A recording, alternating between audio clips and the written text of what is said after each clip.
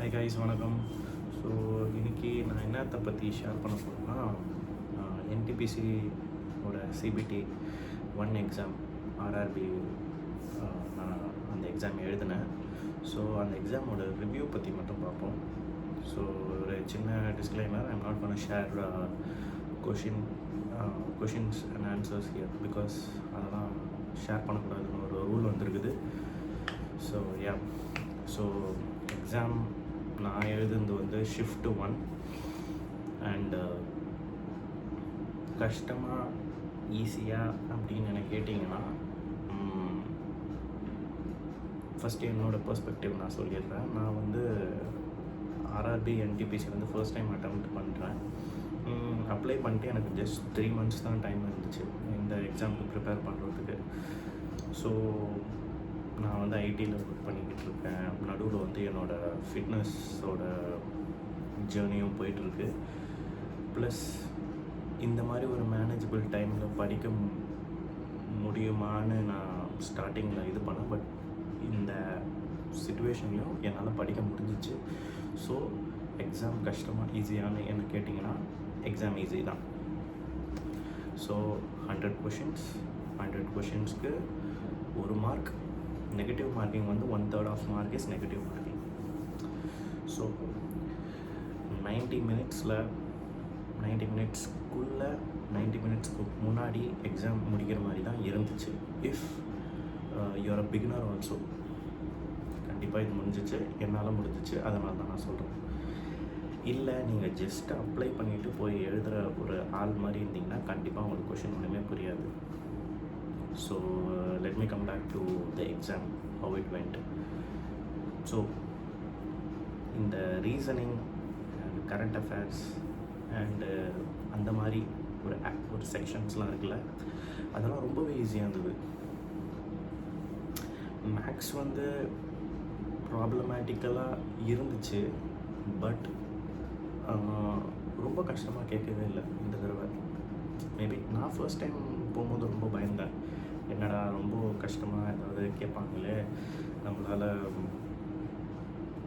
Within the time frame முடிக்க முடியுமா, இல்லை நம்ம படிச்சுட்டு போனது இதுதான் அப்படின்னு நிறைய யோசித்தேன். ஆனால் என்னால் சால்வ் பண்ண முடிஞ்சிச்சு. ஸோ இதுக்கப்புறம் அப்கமிங் உங்களுக்கு வந்து நான் ப்ரிப்பேர் பண்ணணும், இல்லை நீங்கள் என்ன ப்ரோ டிப்ஸ் மாதிரி ஃபாலோ பண்ணீங்க, ஈஸின்னு சொல்கிறீங்களே, இந்த 3 month தான் நீங்கள் வந்து இது பண்ணீங்க அப்படின்னு கேட்டிங்கன்னா, நான் என்ன சொல்லுவேன்னா, புக்கு படிக்கிறது ஒரு 50% வச்சுக்கோங்க. இன்னொரு 50% வந்து நீங்கள் இன்டர்நெட்லேருந்து லேர்ன் பண்ணலாம். So surprisingly most of the time இன்ஸ்டாகிராமில் வந்து ஒரு பேஜஸ்லாம் நிறைய இருக்கும். Apart from other pages, we have some pages for current affairs, news என்ன நடக்குது அந்த மாதிரிலாம் இருக்கும். எனக்கு என்னமோ அந்த மாதிரி ஒரு கொஷின்ஸ் தான் இந்த தடவை நிறைய கேட்டிருந்தாங்க.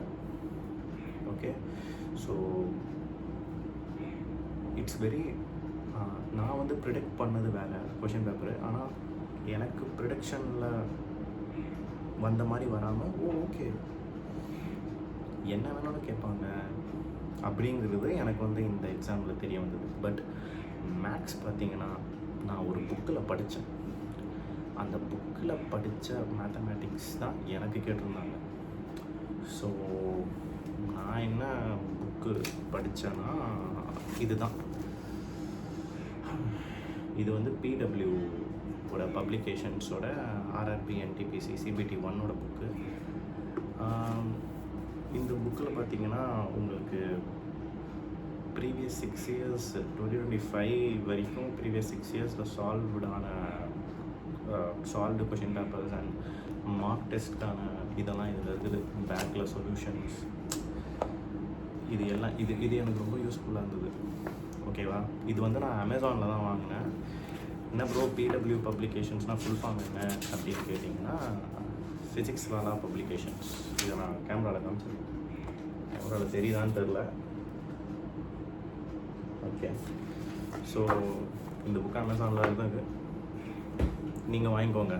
Not only graduate and under graduate for RRB CBT. இது மற்ற காம்படிட்டிவ் எக்ஸாம்ஸுக்கு கூட இது வந்து யூஸ்ஃபுல்லாக இருக்கும். That's the one thing.